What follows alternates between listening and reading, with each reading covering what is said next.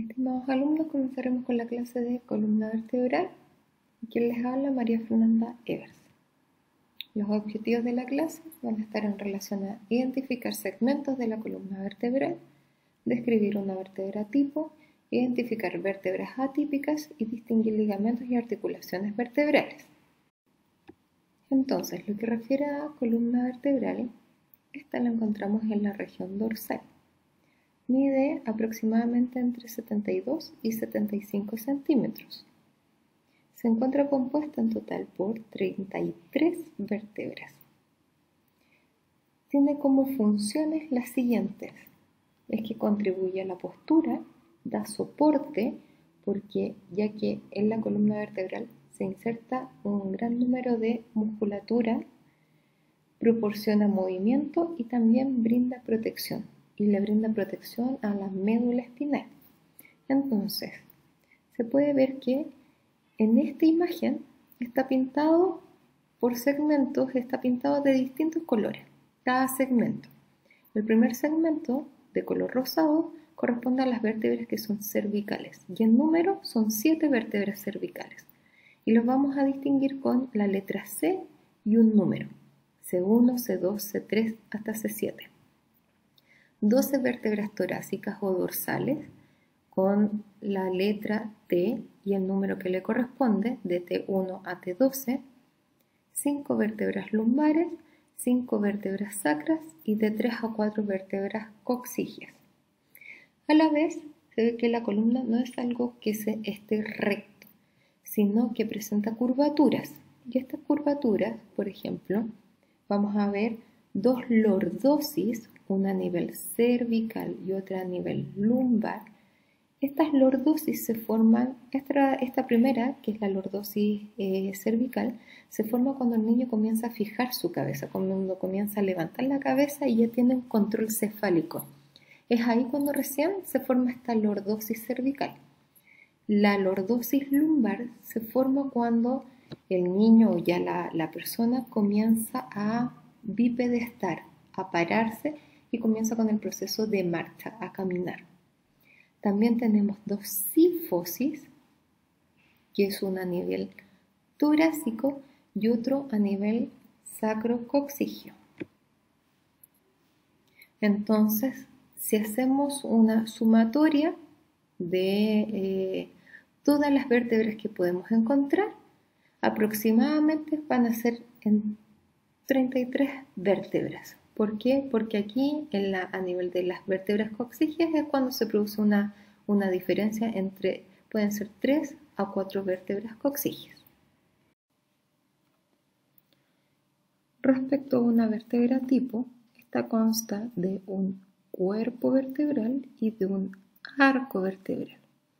El cuerpo vertebral está en posición anterior y va a presentar dos caras intervertebrales, una por superior y otra por inferior. En esta imagen de acá podemos ver una cara por superior y una cara por inferior. El tamaño del cuerpo vertebral va aumentando de cefálico a caudal, que quiere decir que las vértebras cervicales van a presentar un cuerpo vertebral de menor tamaño en comparación a sus vértebras lumbares. El arco vertebral se une a la superficie posterior del cuerpo a través de dos estructuras que son los pilares principales del arco vertebral y que reciben el nombre de pedículo, que en esta imagen presentan un color rojizo. Avanzando hacia posterior, vamos a ver dos procesos transversos, uno a cada lado, y 4 procesos articulares. En esta imagen de acá podemos ver un proceso articular superior y un proceso articular inferior. En total son 4 porque son dos superiores y 2 inferiores. Continuando, podemos encontrar lo que refiere a las láminas del arco de la vértebra. Y estas láminas se van a fusionar donde van a formar esta estructura que presenta color verde y que va a recibir el nombre de proceso espinoso. Entonces, el proceso espinoso se forma a partir de la fusión de ambas láminas del arco de la vértebra tipo. Si unimos el arco vertebral más el cuerpo de la vértebra, se va a formar en su interior un canal vertebral. Y este canal es por donde vamos a encontrar a la médula espinal. Por eso, en una de las diapositivas anteriores habíamos dicho que dentro de las funciones que refiere a la columna vertebral es de proteger. Y es aquí donde se realiza esta protección hacia la médula espinal. Cuando se unen dos vértebras tipo, una por superior y otra por inferior, va a dar origen a lo que refiere un foramen intervertebral. Este foramen intervertebral se forma a partir de la unión de dos vértebras, donde entre cada pedículo de la vértebra, tanto superior como de la vértebra inferior, formará un espacio denominado foramen intervertebral. Respecto a los límites de este foramen, podemos distinguir por anterior la porción posterior del cuerpo vertebral, el disco intervertebral. Por superior e inferior encontraremos los pedículos de cada vértebra. Y aquí podemos distinguir dos escotaduras vertebrales, una escotadura vertebral superior y una escotadura vertebral inferior. Y hacia posterior vamos a encontrar la articulación cigoapofisiaria, que es la articulación que se produce entre los procesos articulares de las vértebras. Otro componente que encontramos en la columna es el disco intervertebral. Este disco va a estar entre los cuerpos vertebrales de las vértebras. Se compone de dos partes, un núcleo pulposo y rodeando este núcleo un anillo fibroso. Entonces, el núcleo pulposo está compuesto por un 77% de agua, de proteoglicanos y de colágeno, y su ubicación, como se ve en la imagen, es más bien central. También rodeando a este núcleo pulposo vamos a encontrar un anillo fibroso, el cual presenta una disposición laminar, que quiere decir que son muchas láminas que finalmente van a formar este anillo fibroso. Tiene menos agua en comparación al núcleo, presenta fibrocartílago y mayor porcentaje de colágeno. ¿Cuáles van a ser las funciones de este disco intervertebral? Es la transmisión de peso del cuerpo, amortiguación de las cargas, va a permitir el movimiento y se va a encargar de absorber la fuerza de compresión que puede existir entre las vértebras. En esta parte de la clase comenzaremos a hablar sobre las características de las vértebras, tanto típicas como atípicas, según su nivel vertebral. En las vértebras cervicales típicas, su cuerpo y en general las dimensiones de las vértebras son de menor tamaño. En el cuerpo vertebral vamos a poder distinguir dos proyecciones que reciben el nombre de procesos unciformes, los cuales van a permitir que la vértebra cervical logre acoplarse con la siguiente. En esta imagen que vemos por anterior podemos ver estas proyecciones que reciben el nombre de procesos unciformes y que solo vamos a encontrar en los cuerpos vertebrales de las vértebras cervicales.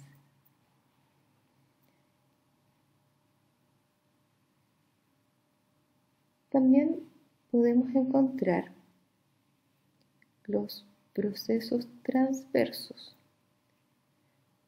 los cuales presentan una característica que es el foramen transverso, que también solo lo vamos a encontrar en las vértebras cervicales. Por este foramen transverso es de suma importancia, ya que por ahí va a transcurrir una arteria que va a recibir el nombre de arteria vertebral. Cada proceso transverso presenta dos tubérculos, uno anterior y uno posterior. Anterior y posterior. El canal medular de las vértebras cervicales típicas presentan una forma más bien triangular. Otra característica propia de las vértebras cervicales típicas es que su proceso espinoso es bífido, es decir, se encuentra bifurcado, dividido en dos partes. En esta imagen podemos ver las 7 vértebras cervicales, cómo se encuentran articuladas unas entre otras. Aquí tenemos C1, atlas, C2, axis, C3, C4, C5, C6 y C7. También lo que nos muestra esta imagen es cómo podemos apreciar las articulaciones oncovertebrales, es decir, entre los procesos unciformes y las articulaciones cigoapofisiarias que se generan entre los procesos articulares de las vértebras y en este caso entre las vértebras cervicales. Esta diapositiva muestra dos vértebras atípicas en relación al segmento cervical. Aquí vamos a encontrar a C1 y cuyo nombre es de atlas y C2 axis. Vamos a comenzar por el atlas. El atlas, como pueden observar, no presenta un cuerpo vertebral y en vez de esto sí tiene un arco anterior, el cual es un arco pequeño. En este arco anterior, por posterior, vamos a encontrar una fosa que va a recibir el nombre de fosa odontoidea.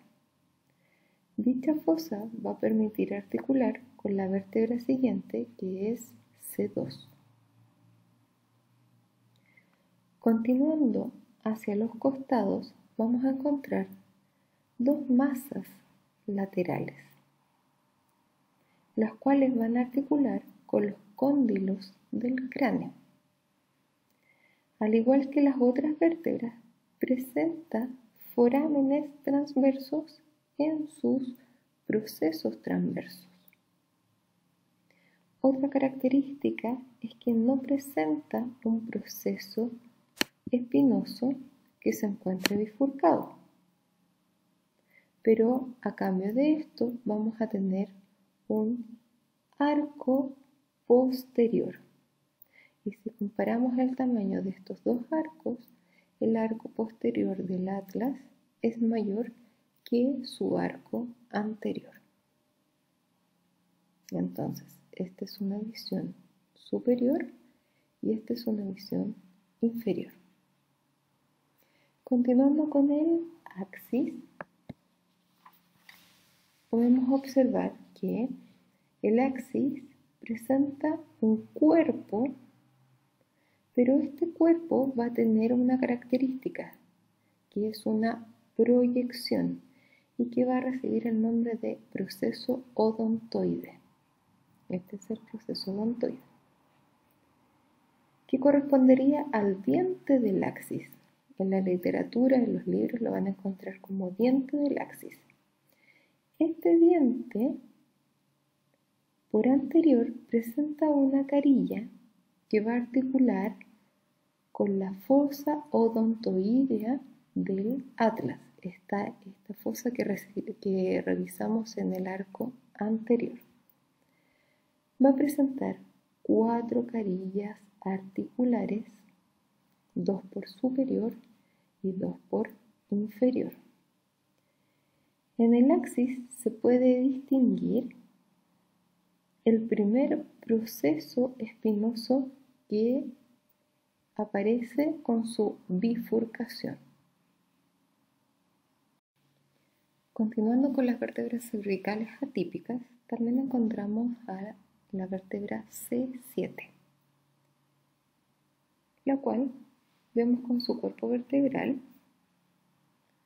La distinguimos también con sus procesos transversos, cada uno con sus forámenes transversos, el tubérculo anterior, tubérculos posteriores,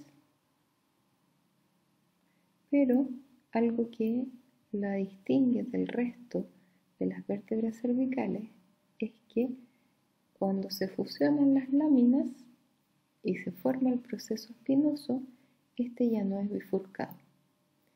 Y este proceso espinoso tiene mayor proyección, es más grande en comparación con los procesos espinosos de las otras vértebras cervicales. Continuando con los segmentos de la columna vertebral, vamos a ver ahora las vértebras torácicas típicas. Las vértebras torácicas van a tener una característica muy especial y es que están en relación con las costillas. Por lo tanto, van a presentar fositas costales. Las vértebras torácicas presentan un cuerpo vertebral de mayor tamaño que las vértebras cervicales. La forma de este cuerpo vertebral se dice que es más bien en relación como una forma de corazón. Respecto al canal medular, es más redondo y un poco más pequeño. También vamos a poder ver sus procesos transversos, uno a cada lado, y sus procesos espinosos, los cuales no se encuentran bifurcados, pero sí son de mayor tamaño y de una mayor proyección hacia posterior e inferior. Entonces, dentro de las características de las vértebras torácicas, vamos a ver que en el cuerpo vertebral, en la porción posterior, van a ver estas hemicarillas articulares. ¿Qué quiere decir? Que es la mitad de una carilla articular.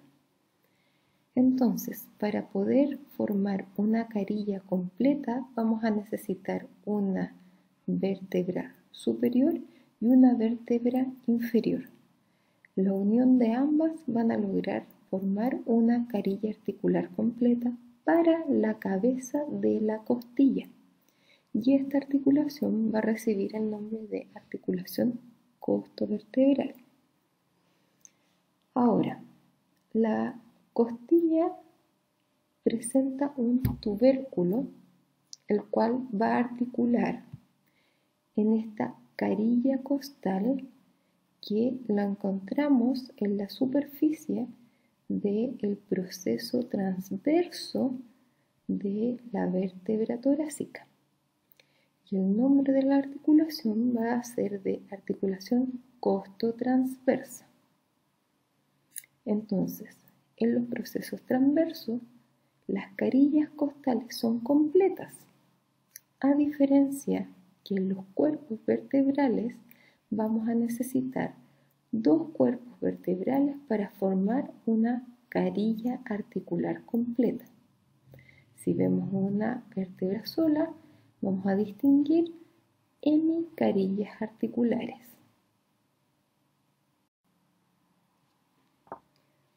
Entonces, para complementar la información de la diapositiva anterior, aquí podemos ver cómo la cabeza de la costilla articula en estas hemicarillas articulares que se encuentran en los cuerpos de las vértebras torácicas. El nombre de esta articulación va a ser de costo vertebral.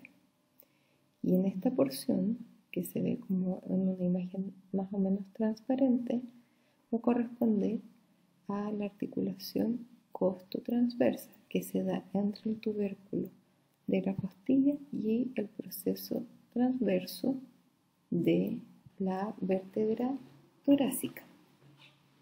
Entonces aquí podemos ver ambas articulaciones, la articulación costo transversa y la costo vertebral. Continuando con las vértebras torácicas atípicas, vamos a encontrar en estas a T1, T10, T11 y T12. ¿Por qué T1 es una vértebra torácica atípica? Porque va a presentar una carilla costal completa y una hemicarilla. Recuerden que en las típicas, en las torácicas típicas, teníamos dos hemicarillas, una por superior y otra por inferior. En este caso, T1 va a presentar una carilla costal completa y una hemicarilla por inferior. Continuando con T10, presenta solo una hemicarilla por superior. Y T11 y T12, que estaría representado por esta vértebra, presentan una carilla costal, pero van a carecer de las carillas costales transversas. ¿Por qué sucede esto? Porque a nivel de T11 y T12 vamos a encontrar a las costillas flotantes. Estas costillas flotantes no presentarían un tubérculo que articulase con el proceso transverso de su vértebra correspondiente. A nivel lumbar solo vamos a encontrar vértebras lumbares típicas, pero las cuales van a presentar sus características propias, como cuáles es que tienen un gran cuerpo vertebral en comparación con el resto de las vértebras de la columna. El canal vertebral va a presentar una forma más bien triangular. Los procesos articulares van a presentar un pequeño proceso que recibirá el nombre de proceso mamilar, que lo vamos a encontrar acá. Estos son los procesos articulares. Cada proceso articular va a presentar un proceso mamilar. Los procesos transversos también van a presentar unas proyecciones que van a recibir el nombre de procesos accesorios. ¿Cuál es la función de los procesos mamilares y los procesos accesorios? Es que en esta zona se insertan gran número de musculatura. Otra característica de las vértebras lumbares es que estas presentan un proceso espinoso más corto y más grueso. Entonces, la literatura dice que presentan más bien una forma cuadrilátera. Entonces vamos a encontrar el cuerpo vertebral, todo el arco, los procesos transversos, los procesos articulares y sus procesos espinosos, pero más cortos con esta forma cuadrilátera. Finalmente, revisaremos lo que refiere a sacro y coxis. El sacro consta de 5 vértebras que están fusionadas y esta fusión va a generar ciertos detalles, sobre todo por su visión posterior. La cara anterior del sacro es una cara más bien lisa, en comparación con su cara posterior. Aquí vamos a ver la primera vértebra sacra, la segunda, tercera, cuarta y quinta. ¿Qué característica va a tener la primera vértebra sacra? Es que el cuerpo vertebral de esta, por superior, va a tener una proyección hacia anterior, que va a recibir el nombre de promontorio. Las alas sacras van a estar en relación a lo que corresponden los procesos transversos de la vértebra sacra. También podemos ver una serie de agujeros que van a recibir el nombre de agujeros sacros anteriores. En el corte sagital podemos apreciar, en este caso, el canal sacro, donde va a transcurrir la cauda equina. Desde una visión posterior, el sacro presenta una mayor cantidad de accidentes óseos en comparación con su cara anterior. Al igual que la cara anterior, vamos a encontrar agujeros sacros, pero que van a recibir el nombre de agujeros sacros posteriores. También vamos a poder distinguir tres crestas: una cresta sacra media, una cresta sacra intermedia y una cresta sacra lateral. Cada una se conforma por la fusión de ciertas estructuras. Por ejemplo, la cresta sacra media es por la fusión de los procesos espinosos de las vértebras sacras. La cresta sacra intermedia es por la fusión de los procesos articulares de cada vértebra. Y la cresta sacra lateral es por la fusión de los procesos transversos de las vértebras sacras. Hacia inferior, el canal sacro va a permitir una pequeña obertura llamado hiato del sacro, que va a tener dos proyecciones que van a recibir el nombre de astas del sacro, las cuales van a permitir articular con las astas de las vértebras coxígeas. El coxis consta de entre 3 a 5 vértebras, las cuales también se encuentran fusionadas. ¿Y cuál va a ser la principal función? Es que a este nivel va a haber una fijación de los músculos del piso pélvico. Continuando con esta tercera y última parte de la clase de columna vertebral, vamos a seguir viendo las articulaciones y ligamentos de la columna vertebral. Entonces, entre los cuerpos vertebrales de las vértebras vamos a encontrar una articulación que va a recibir el nombre de articulaciones intervertebrales, que va a estar dada por los discos intervertebrales. También entre los procesos articulares de cada vértebra vamos a encontrar en las articulaciones cigoapofisiares, y que según su segmento o su nivel va a recibir un tipo de clasificación. Es decir, a nivel cervical, las articulaciones cigoapofisiarias van a ser de tipo sinovial plana. A nivel torácico, sinovial plana. Y a nivel lumbar, una sinovial trocoide. También vamos a encontrar una serie de ligamentos. En este caso vamos a revisar el ligamento longitudinal anterior, el cual va a ir desde la porción basilar del hueso occipital hasta S2, todo recorriendo por anterior a lo largo de los cuerpos y de los discos intervertebrales. ¿Cuál va a ser la principal función del ligamento longitudinal anterior? Va a ser limitar la hiperextensión de la columna vertebral. Si teníamos un ligamento longitudinal anterior, vamos a tener uno por posterior, el cual se va a extender desde el clivus occipital hasta C2. Acá vemos que los arcos de las vértebras fueron extraídos, y así nos permite ver cómo el ligamento longitudinal posterior va a transcurrir, como decía anteriormente, desde el clivus hasta la coxigia 2.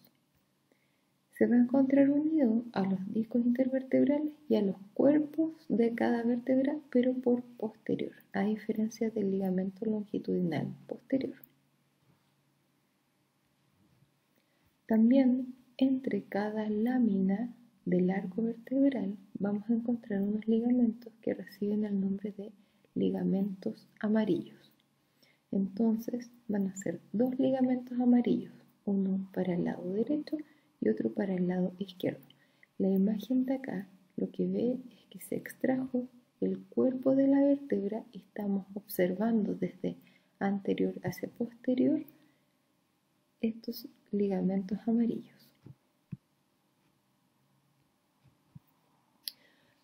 Los ligamentos intertransversos los vamos a encontrar entre los procesos transversos de las vértebras de la columna vertebral. El ligamento interespinoso, como bien dice su nombre, lo vamos a encontrar en este caso entre los procesos espinosos de las vértebras. Entonces aquí en una imagen real podemos ver el proceso espinoso y entre este proceso espinoso es un ligamento interespinoso. También va a existir un ligamento supraespinoso, el cual se va a dividir a un nivel cervical, va a transcurrir desde el tórax y va a seguir hacia las vértebras lumbares. Todo sobre los procesos espinosos, pero observen aquí a nivel cervical va a recibir el nombre de ligamento nucal y va a tener una forma más bien triangular que se va a extender desde el agujero magno hacia C7 y hacia la protuberancia occipital externa.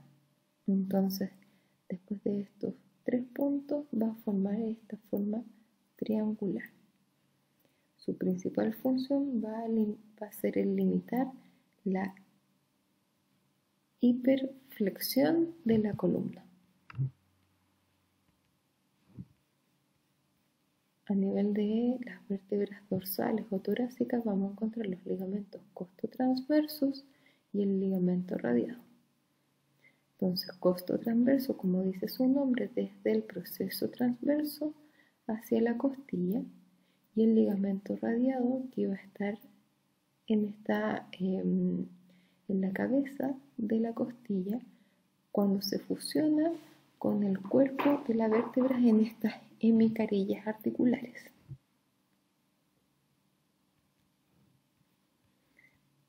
También existe el ligamento cruciforme que está exclusivamente entre las vértebras C1 y C2, entre atlas y axis.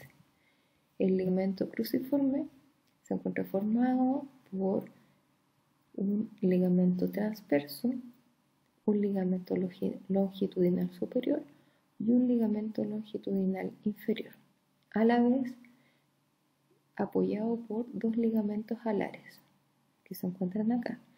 Todo esto en relación al proceso odontoides de la vértebra C2.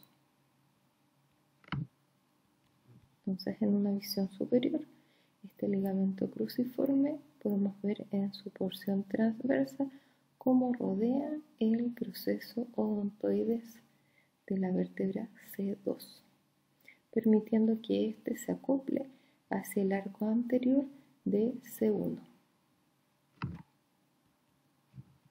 Y en resumen, vamos a encontrar por anterior el ligamento longitudinal anterior,